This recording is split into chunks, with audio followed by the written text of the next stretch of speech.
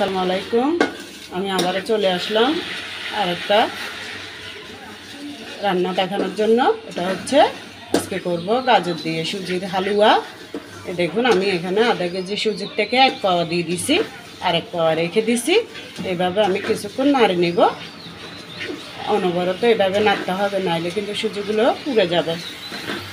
4-5 minute নাড়ার পরে একটু হালকা যখন ভাজা ভাজা হয়ে যাবে তখন আমি এটা নামাই ফেলবো। এটা আমি আগে অনেকক্ষণ ধরে করছি, 4-5 মিনিট ধরে। এখন যদি আপনাদেরকে একটুখানি দেখালাম তবে বেশি ভাজতে গেলে কিন্তু আবার এটা কালো কালো হয়ে যাবে, হালুয়াটা বেশি লাল হয়ে যাবে।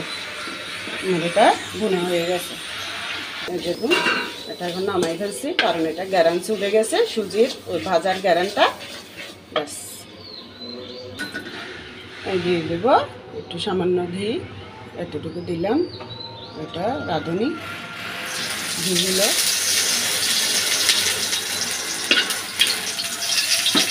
দিলাম, তেজপাতা, 2টা এলাচ, এতটুকু 2 টুকরো দারুচিনি, দিয়ে দেব নারকেল,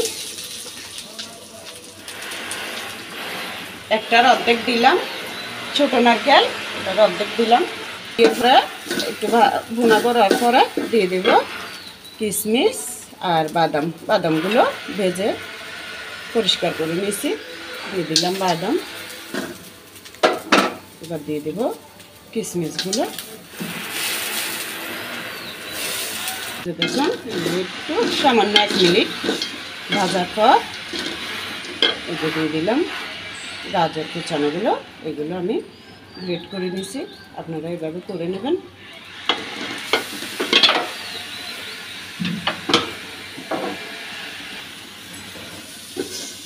এবার এগুলোর মধ্যে ভাজা ভাজা করে নেব।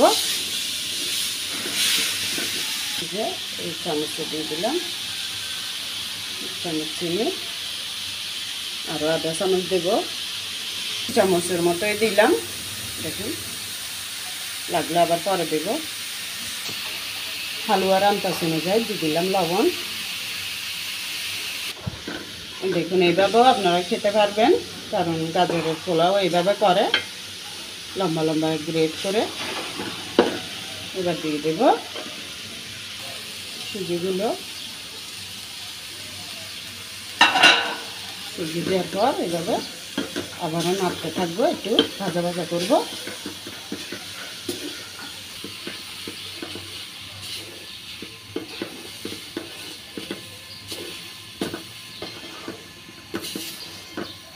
এই যে এবার দিয়ে দেব গরুর দুধ। এখানে 1 কেজির থেকে বেশি আছে, দিয়ে দিলাম। এগুলো এভাবে ভাজা ভাজা করার পরে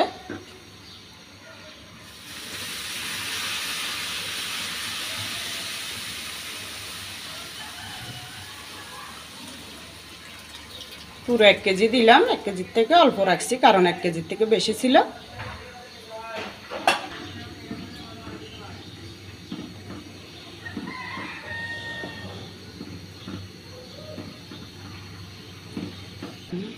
এটা ছোটো গ্লাসে 1 গ্লাস পানি দিয়ে দিব, কারণ সুজিগুলো ভালো করে হতে হবে।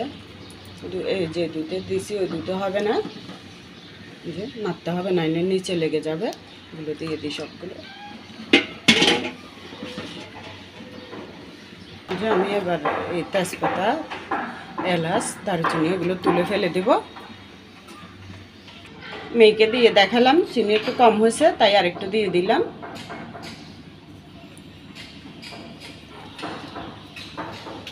এই যে দেখুন আমার এটা হয়ে গেছে।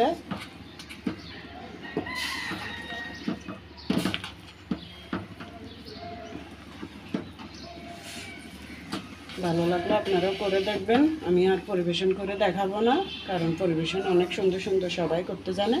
আমিও অল্প স্বল্পের মধ্যে পারি, কিন্তু এখন দেরি হয়ে যাচ্ছে, তাই আর পরিবেশন করে দেখালাম না, সাজিয়ে আর কি। এভাবে আপনারা করে দেখবেন, এটা অনেক মজা হয়, খেতে খুব ভালো লাগে। যদি ভালো লাগে আমাকে একটা লাইক দিবেন, সাবস্ক্রাইব করে আমার পাশে থাকবেন, যাতে আমি রান্নাগুলো ছাড়লে আপনাদের মাঝে পৌঁছাতে পারি।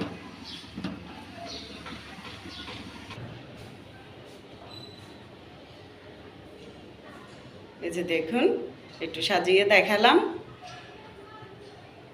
দেখাবো না বলছিলাম, তাও দেখাইছি। ভালো লাগলে আপনারাও করে দেখবেন, এটা কিন্তু খেতে অনেক মজা হয়।